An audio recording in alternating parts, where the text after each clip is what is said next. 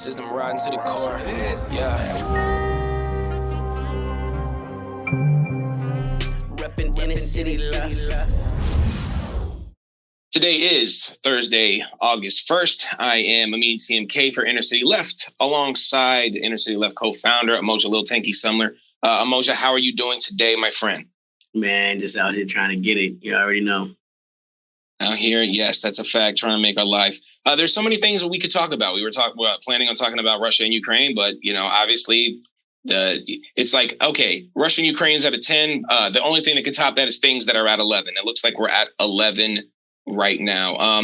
Israel is assassinated. They have taken claim for this, by the way. There's some sort of conversation about who did it and who done it. Now, we know who done it. Okay, Only it was the Israel. United States is having a question about who did it. Or It's whether or lit- not it's dead. Israel's like, we did it. Yeah. and we do it again.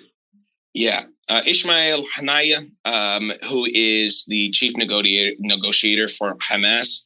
I don't know if you saw this, but the prime minister of Qatar came out and was like, how can negotiations succeed if one side kills the mediator? We keep hearing about, old Anthony Blinken and everybody in the State Department and everybody who has a voice in the United States constantly saying it is Hamas that is holding up these negotiations. And we just saw Israel kill their one of the top leaders and officials and the chief negotiator. What does this mean for and there's more context here. Okay, there's more context. It was in Iran and it was at the, I believe, what was it, the one of the presidential ceremony for Iran. It was the new presidential inauguration, yeah. So you're pulling an op after a very questionable, I don't want to say questionable, but, I don't know, controversial death of the Iranian president as well as the foreign minister. Can you speak to give us some context sort of surrounding this and what are your thoughts? Well, I mean, look, there's still questions about how the last Iranian president died. Maybe it was just helicopter failure. Maybe it was an op. Okay, so now you have the new president who, by all measures, is considered a middle-of-the-road guy. He's a reformist, right? So you have this guy there with the negotiator. He's able to go to the inauguration. And this guy who is a guest of Iran, staying at the behest of the newly sworn reformist president, he's killed that night. I mean, in many ways, it already ties the hand of the new Iranian president. Like, you can't, there's wanting to reform and there's wanting to sell your country's soul to the devil. You know what I'm saying? Like, you might want to be like, look, maybe there's another way, another path forward with the West, but the West always demands complete and utter capitulation. We're seeing that we're seeing that in Venezuela right now, right? Where, Carter, in 2012 talks about how the Venezuelans have the most complicated, the most complete fraud-proof form of voting in the world, right? To now, where like the Americans that are losing money because they thought they could just exploit this place, right?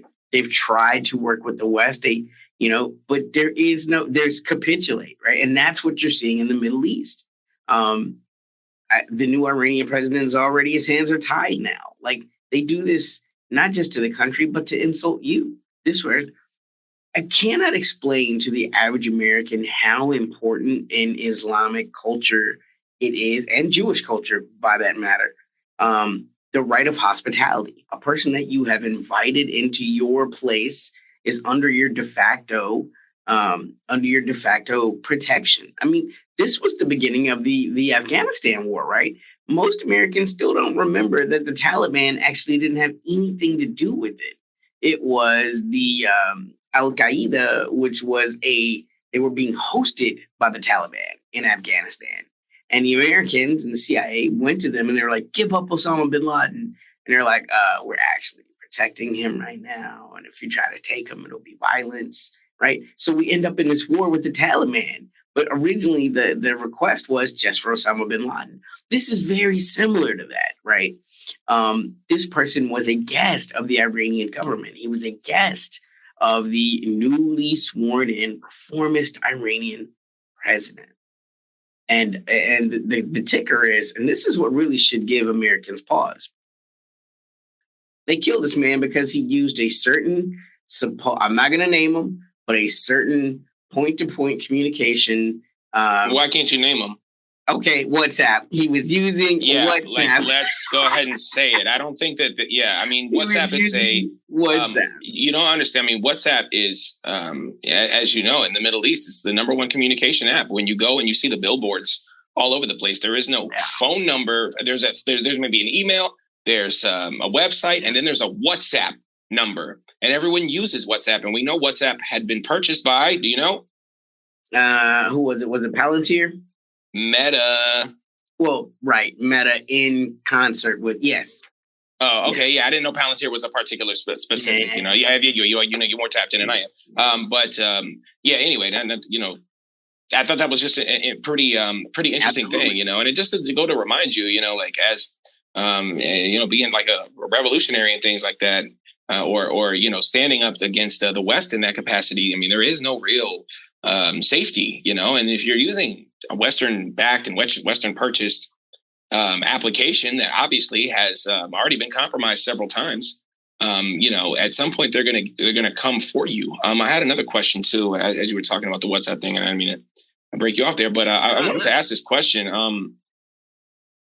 We keep hearing that all these civilian casualties in Gaza are because they're trying to get Hamas leaders. They were able to have a pinpoint strike in a totally different country against a Hamas leader. How come Israelis are unable to do that in Gaza? Because the thing is that they don't want to openly admit to American populations. If you know, you know. To them, they don't see it as a conflict of interest. They see everyone in Gaza as complicit or conscribed. They see them all as part of Hamas. You voted for Hamas, you are Hamas, right?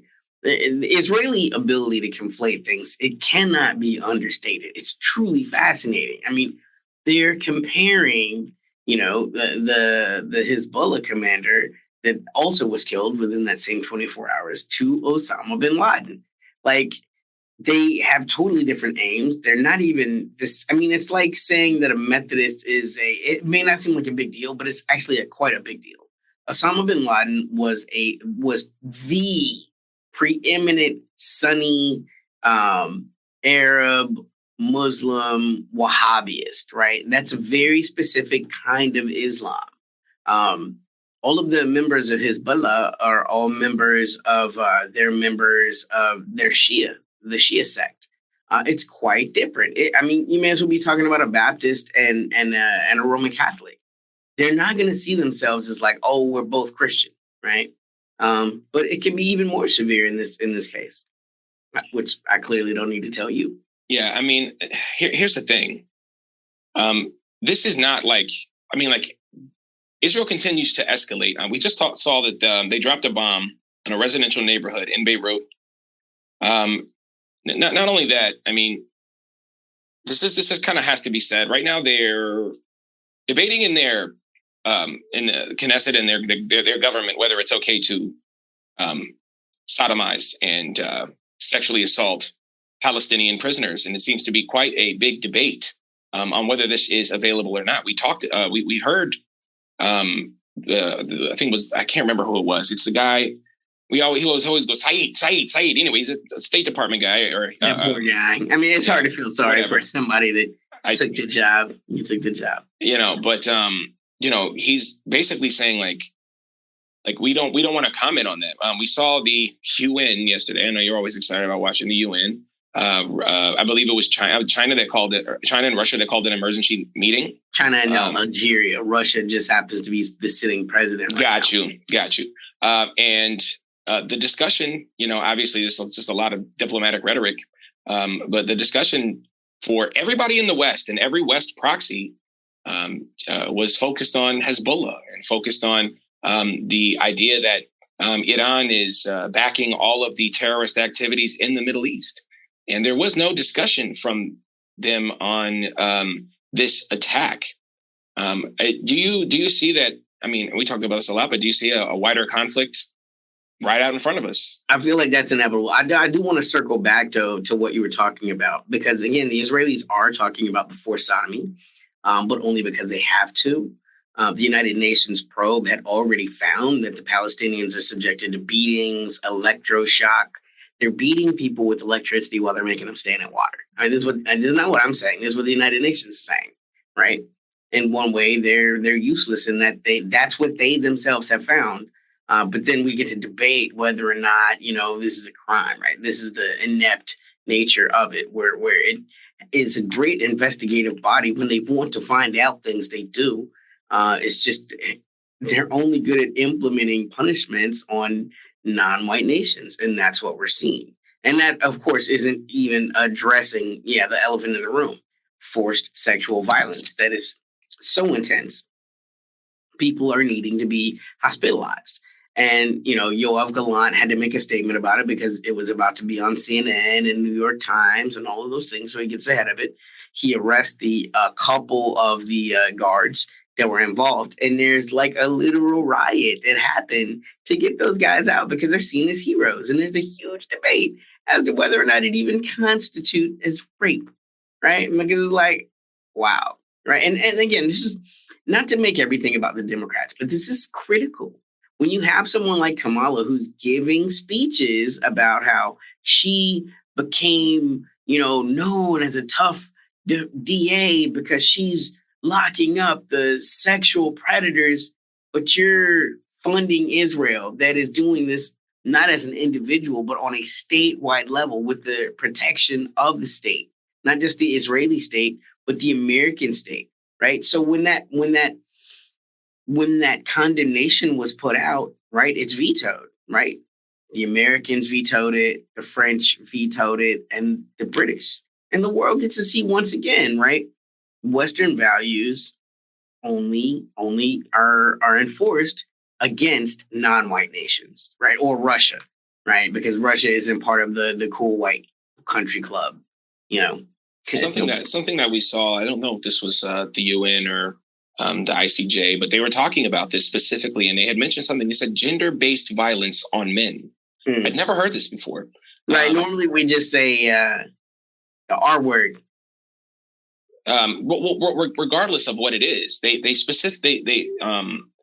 targeted, or not targeted, but they specifically talked about men as being the ones that this was happening to. And you see a lot of this conversation happen before where they were talking about how Hamas was, sexually assaulting all these people, and it just all became cap. And we were talking about Sally hates capitalism as well, and she was talking about this as well. And it just seems to me now it's like you really talked on a great point. You know what I'm saying? But I also wanted to speak to this as well because it's something that me and you have talked about a lot, which is the combination of Judaism, looking at what can be done to a Jew and a non-Jew. It's totally separate. And when you add on that, the white supremacist Zionist ideology, it really views people, especially Palestinians, as subhuman.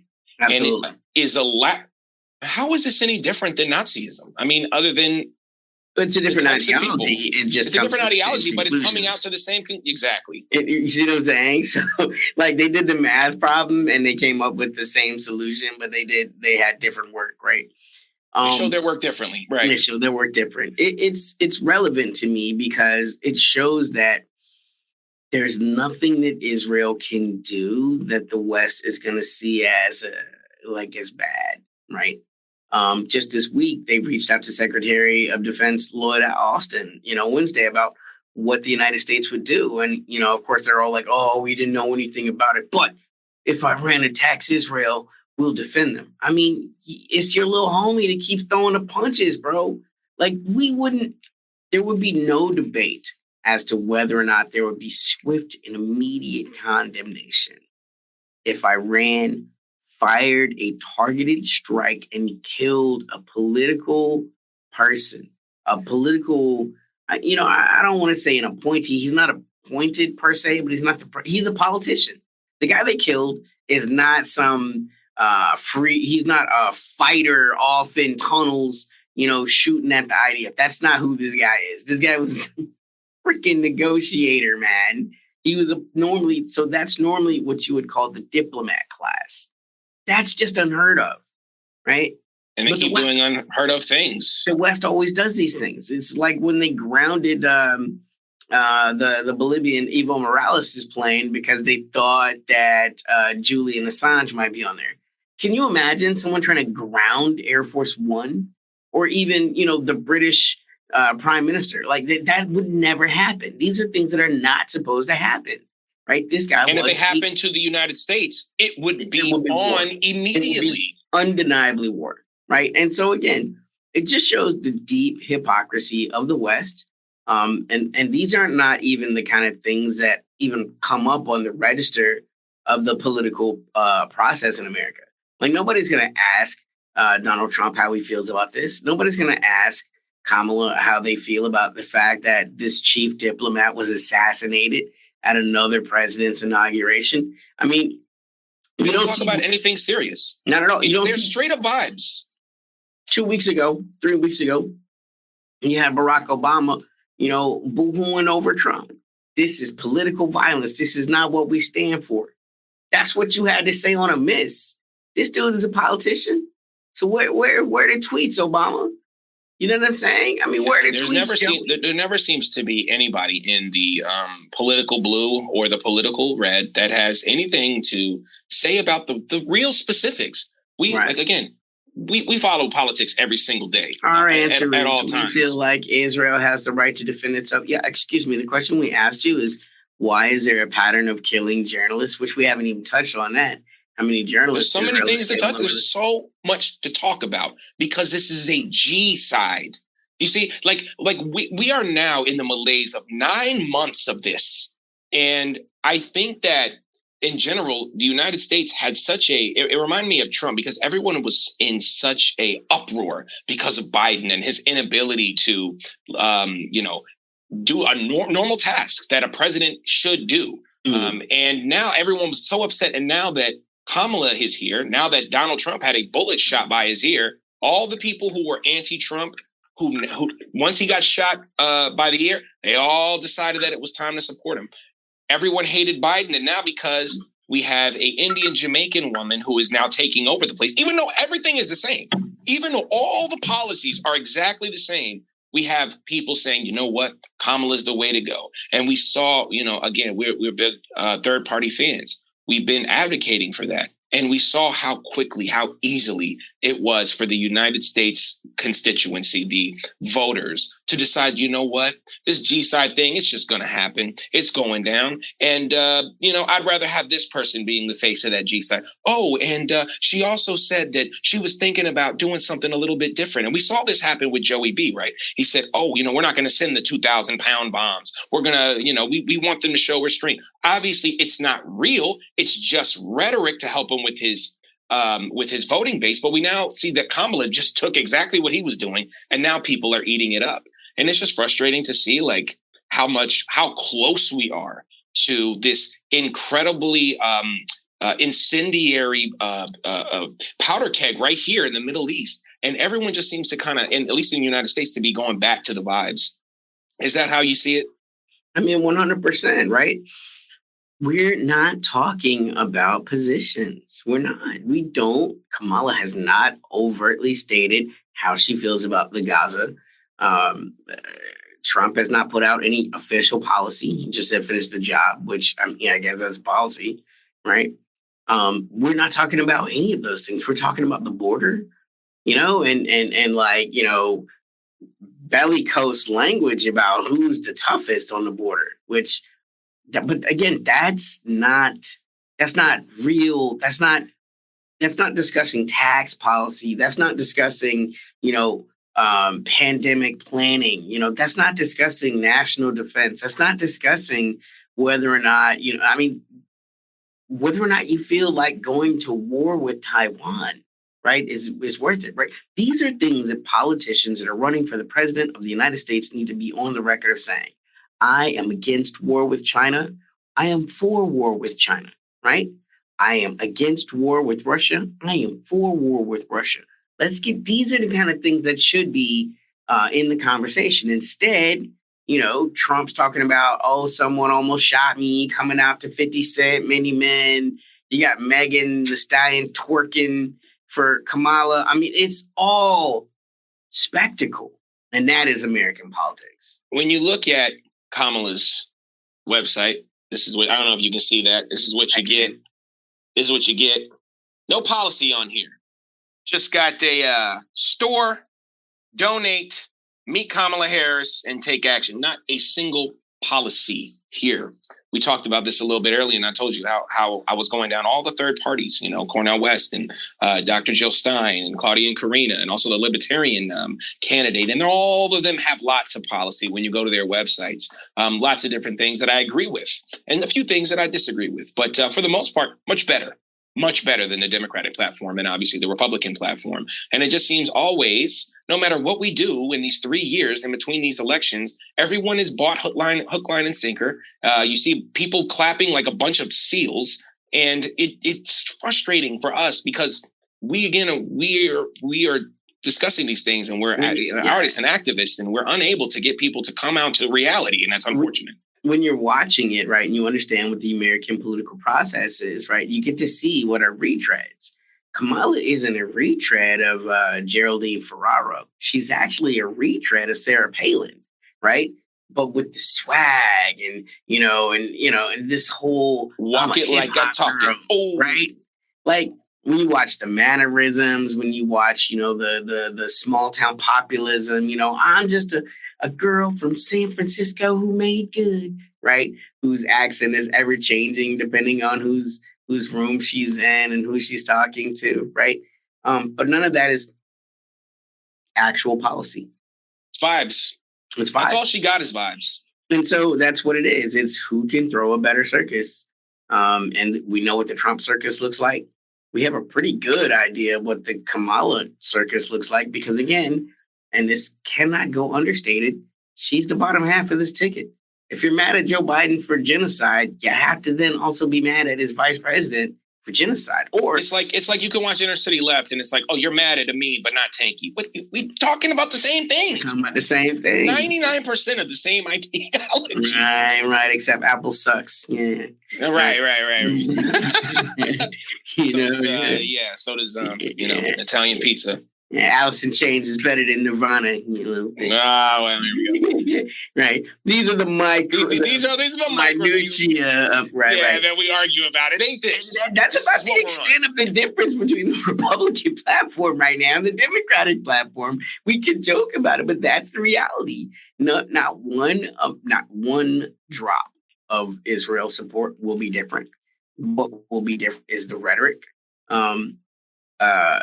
Kamala will say, I support the two-state, solution negotiations. Trump will say, finish the job. But they'll both be giving Israel weapons and cover at the United Nations and protection from the ICC and the ICJ. These are things that will not change, not one drop between either of these candidates. And that's a real issue for many voters. Yeah. We again ask you and implore you to vote third party, to just dim exit. Voting is your thing. I prefer, I don't want to get involved with the voting. You have the ability to vote. Why not go do it? Why not? If you can, why not go do it? Because there's lots of things you can learn. Anyway, I'm going to this is not what we're involved in. Some people believe in voting. Some people don't. That's like you said. That's not going to be what moves us out of here, if that's even possible. If that's even possible in the United States, with the military budgets going up. We just sent more money to Ukraine. The police budgets go up. I mean, the taxes go up, and then there's nothing that's ever done here. But hey, vibes, right? Vibes. I want to give a big shout out to our podcast listeners. We're everywhere you find podcasts, even Apple Podcasts for the Apple users, at least. I want to give a shout out also to our, ain't no ethical consumption in late stage capitalism. All right.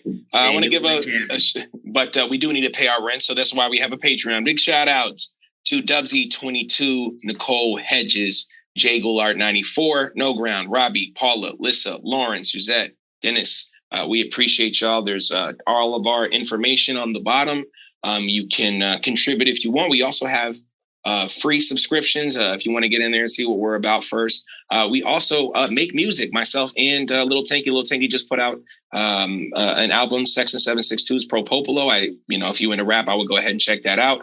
Streaming and purchasing is always a benefit. And just liking and subscribing the video and send it to your friends. Y'all know the game. We also got Stages of Grief out there, which is the Collabo project. And Ronald Reagan was a drug dealer, man. You need to just know a fact. it. You do. This music. It's a whole culture thing. Inner city left.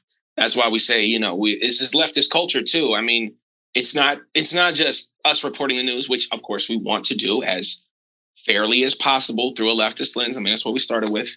Any other thoughts, my good friend, on this August Leo season day before we get out of here? Yo, I always say you can tell when the war's about to begin based upon what happens with the airspace. The fact that Delta and United Airlines are now restricting flights to Tel Aviv leads me to believe that by the next time you see a video, there might already be a very major war. Like not a soft assassination war, but like tanks and planes and bombs and hot stuff. As the kids say. For Emoji Little Tanky Sumler, I am Amin TMK. This is Inner City Left. Peace. Peace. System riding to the core. Yeah. Reppin' Inner City Left.